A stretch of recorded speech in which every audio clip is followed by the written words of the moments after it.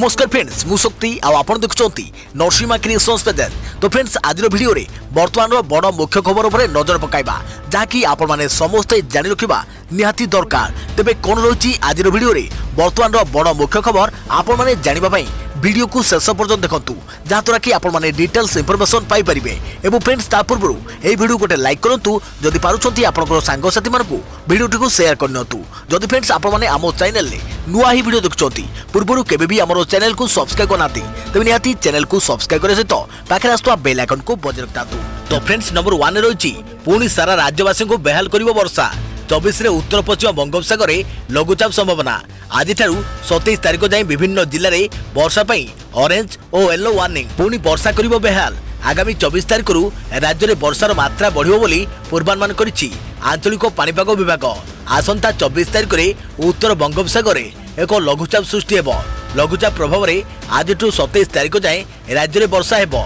वर्षा नहीं विभिन्न जिला को येलो और ऑरेंज वार्निंग जारी कर जाइछि। आज केन्दुझर, सुंदरगढ़, देवगढ़, अनुगुल, ढेंकानाल, मयूरभंज, केन्द्रापड़ा, जगतसिंहपुर रे वर्षा हेबार संभावना रही। सेहीपरि आसंता काली 12टी जिले में वर्षा हेबो। 24 तारिख में बालेश्वर, भद्रक, जाजपुर, केन्द्रापड़ा, कटक, जगतसिंहपुर, ढेंकानाल, केन्दुझर, अनुगुल, मयूरभंज रे वर्षा पाई ऑरेंज वार्निंग जारी कर जाइथिबा बेले देवगढ़, सुंदरगढ़, कलाहांडी और कंधमाल रे येलो वार्निंग जारी कर जाइछि। देखा परवर्ती खबर राज्य दूर हेबो सारा संकट। चाषी यूरिया जोगाई देबाकू निया जाउछि पदक्षेप।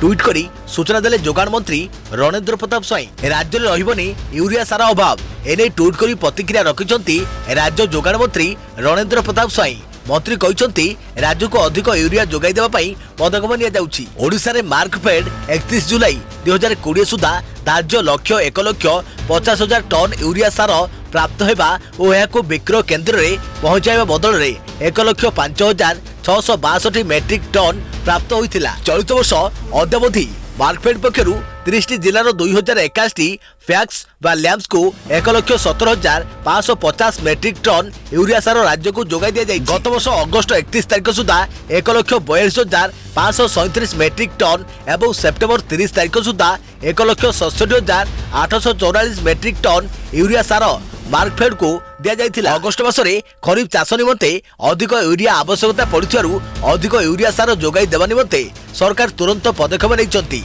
राज्यर तालाबंद समय बजार में सार संकट नहीं पूर्व खबर आसीथिला। चाष समय बजार में आवश्यकतामूलक यूरिया सार अभाव देखा जाइथिबा सरकार को चिंता बढ़ाई देइथिला। एबे स्थिति ठीक रही बोली सूचना देइछंती खाद्य जोगाण मंत्री। देखा परवर्ती खबर भुवनेश्वर में शीर्ष को छुईछि कोरोना संक्रमण। सतर्क रहिबाकू बीएमसी कमिशनर को परामर्श। कहले अधिक अधिक परीक्षा करबा उपरे दिया जाउछि जोर। एबे संक्रमण शीर्ष रे रहिछि राजधानी। एभली सूचना देइछंती बीएमसी कमिशनर। भुवनेश्वर में अधिक अधिक टेस्ट करबाकू दिया जाउछि गुरुत्व।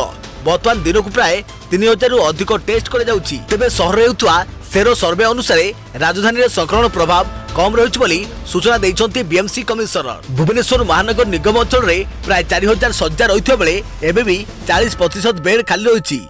होम आइसोलेशन रही 600 रु अधिक आक्रांत सुस्थ होई सारलेनी। अन्यपटे भुवनेश्वर 80% आक्रांत लक्षण भिन्न रहुथुआ कमिशनर सूचना देइछंती। तेबे शहर रे 8टी स्थान रे नमूना परीक्षा होउछि बोली सूचना देइछंती बीएमसी कमिशनर। देखा परवर्ती खबर द्वंद्व बढ़ाउछि कोरोना रिपोर्ट। वीडियो वार्ता जारी करी अभियोग आनिले बालेश्वर बासिंदा। रिपोर्ट आज नेगेटिव तो काली पॉजिटिव। सेपटे सोशल मीडिया रे बुलुथुआ रिपोर्ट बढ़ाइला लोकंको द्वंद्व। बालेश्वर जिलार एही व्यक्ति बयान ही स्पष्ट जना पड़ुछि जे नेगेटिव और पॉजिटिव रिपोर्ट रो गोलक धंदा भितर केमिति छंदी होउछंती साधारण जनता। एही व्यक्ति जनक असुस्थ अनुभव करिबारु मेडिकल जाई नमूना परीक्षा करथिले। यार 3 दिन परे तांको पाखको फोन आसीथिला जे तांको रिपोर्ट पॉजिटिव। कोविड मेडिकल जीवाकू प्रस्तुत होई रुहंतु गाड़ी जाई पहुंचो बोली कुआगला। हेले व्यक्ति जनक मेडिकल जीवा पई प्रस्तुत होई बसी रहिथिले भी गाड़ी आसी नथिला। आ किछि समय परे मेसेज आसीथिला व्यक्ति जनकर रिपोर्ट नेगेटिव। बड़ कथा होछि किछि लोकंको कोविड रिपोर्ट सोशल मीडिया रे घुरी बुलुथुआ नै अभियोग आसीछि। गोटे पटे लोके नेगेटिव और पॉजिटिव रिपोर्ट रो गोलक धंदा भितर छंदी हेबा बेले सोशल मीडिया रे घुरी बुलुछि कोरोना रिपोर्ट। केवल सेतिक नुहे बालेश्वर आउ जने व्यक्ति नमूना परीक्षा परे तांको रिपोर्ट नेगेटिव थिबा मेसेज आसीथिला किंतु मेडिकल एक पीडीएफ फाइल रे से पॉजिटिव थिबा सोशल मीडिया रे जानिबाकू पाइथिले। आउ एसबु को नै लोक माने बे मानसिक चापर रहउछंती। देखा परवर्ती खबर पानीपाटी मालकानगिरी जुआड़े चाहिए खाली पानी और पानी जलबंदी जीवन विपद संकेत उपरे बहुची साबरी और सिलेरु नदी रास्ता पर चलुछि डंगा 24 आउ एक लघुचाप नहीं छानिया लोके आकाश मार्गरू बन्या विभीषिकार चित्र काहार को भी विचित्र करदेव चारिआडे केवल पानी और पानी केउठी बन्या पानी रे घर संपूर्ण बुड़ी जाइछि तो आउ केउठी जनबसति थिबा स्थान रे डंगा चालुछि। मालकानगिरी जिला मोटुरु आसीछि बन्यार किछि एभଳି चित्र एबे भी विपद संकेत उपरे प्रभावित होउछि साबरी और सिलेरु नदी मोटू मुगी पॉइंट मुगुलीगुड़ा बिनाकपुर आदि गाँव रे बन्या स्थिति संगीन रही स्थिति एभଳି रही जे केउठी रास्ता केउठी पोखरी केउठी चाष जमी जना पड़ू नाही। एपटे बालीमेला जलभंडार रे धीरे धीरे बढ़ुछि जलस्तर चित्रकोंडा बालीमेला जलभंडार जल धारण क्षमता 1516 फुट थिबा बेले एहार निकटतर हेउछि जलस्तर आउ एहारी भितरे लगान वर्षा जोगु स्थानीय अंचल रे वर्षा जल मारी चलिथिबा बेले हजार हजार हेक्टर चाष जमी नष्ट होगाकू बसिलानी। सेपटे गुरुप्रिया नदी रे जलस्तर विशेष बढ़ी नथिबारु गुरुप्रिया सेतु प्रति कोनोसी विपद नथिबा को जाईछि। तेबे उपरमुंडरे प्रबल वर्षा जोगु बैतरणी नदीर जलस्तर क्रमागत भाबरे वृद्धि पाइबारे लागिछि फल शाखा नदी काणी नदीर जलस्तर भी बढ़ुछि। एहा द्वारा जाजपुर दशरथपुर ब्लॉक रो कंटापड़ा अंचल सबुठारु अधिक प्रभावित होइछि।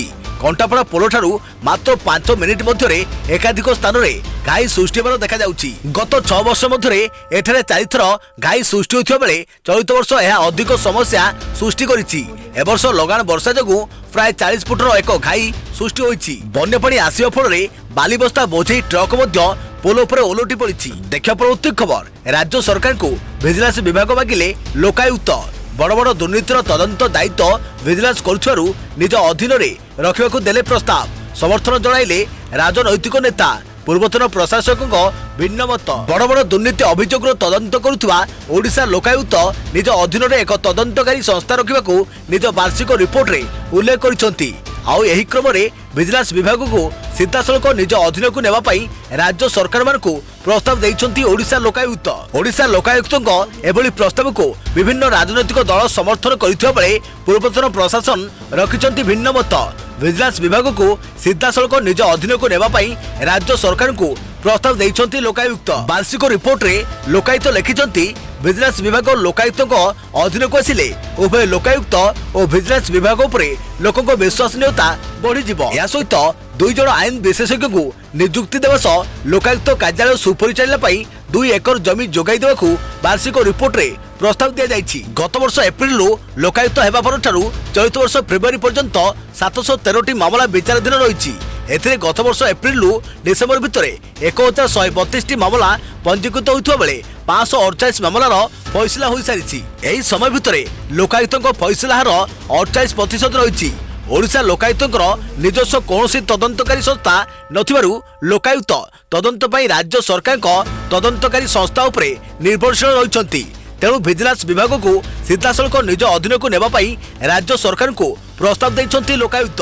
जदि विजिलेंस विभाग सीधासलख लोकायुक्तक अधीन को आसे तेबे विभिन्न विभाग आसुथिबा बड़ बड़ दुर्नीति मामलार निरपेक्ष तदंत और दुर्नीति को कमाइबा दिगरे सहायक हेबो बोली आशा रखिछंती लोकायुक्त। देखिया परवर्ती खबर ओडिशा पई खुशी खबर राज्य में कोरोना एकाथरे 1773 सुस्थ राज्य में मोट सुस्थक संख्या 72,276 को वृद्धि। ओडिशा पई खुशी खबर सब रेकर्ड भांगिला सुस्थ संख्या राज्य में सुस्थ हेले 1773 कोरोना आक्रांत। तेबे सुस्थक मध्य खोर्धा जिलूर सर्वाधिक 254 जन आक्रांत सुस्थ होइछंती।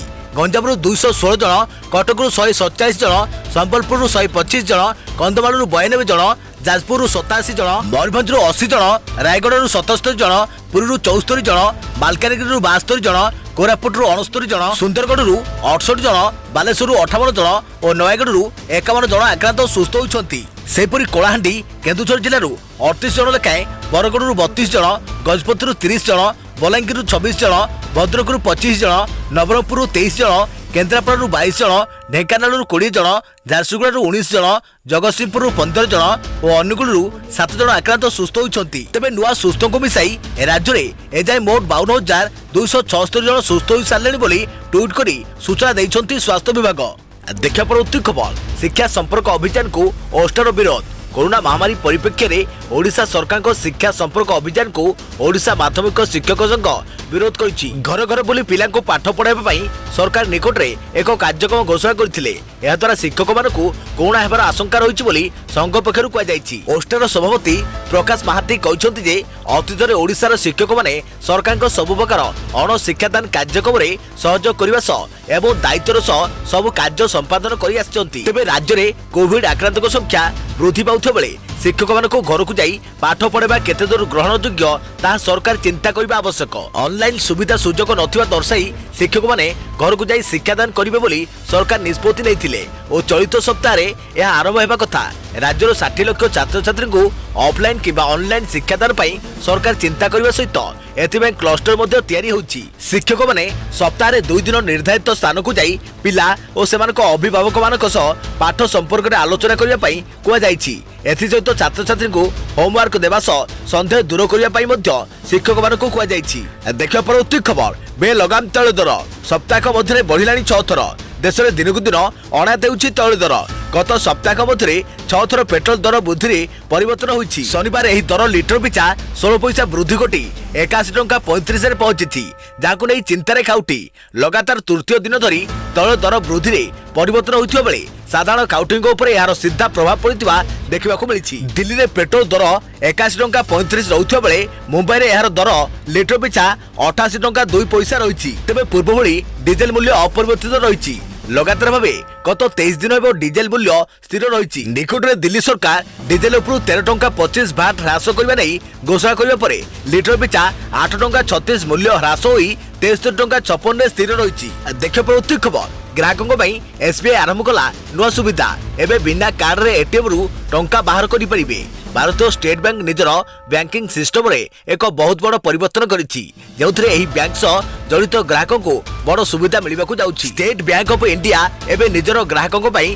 कार्डलेस कैश विड्रॉल रो सुविधा आरंभ कर दैछि। एबे ग्राहकों को टंका उठाबा पई आउ एटीएम कार्ड रो आवश्यकता पड़िबो नाही। एही समय कोरोना भाइरस रो संक्रमण पूरा देश रे व्यापी चलिछि।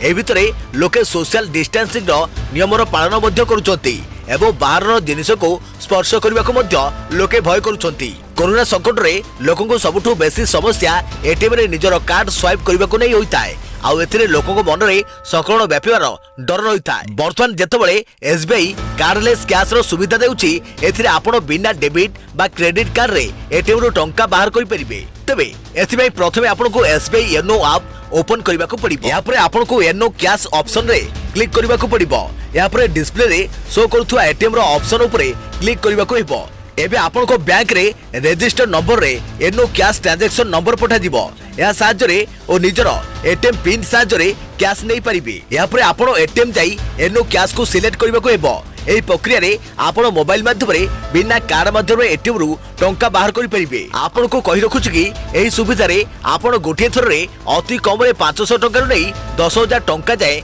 बाहर करि परिबे। देखियो परवर्ती खबर कोरोना काल रे चाकरी गले 3 मास जाय अधा दरमा। कोरोना संकट जोगु अनेक लोक चाकरी हराइछंती। आगको मध्य आहुरी अनेक चाकरी चली जावा आशंका रहिछि। एभली क्षेत्र रे शिल्प श्रमिक को सामान्य आश्वस्ति करिसंती सरकार।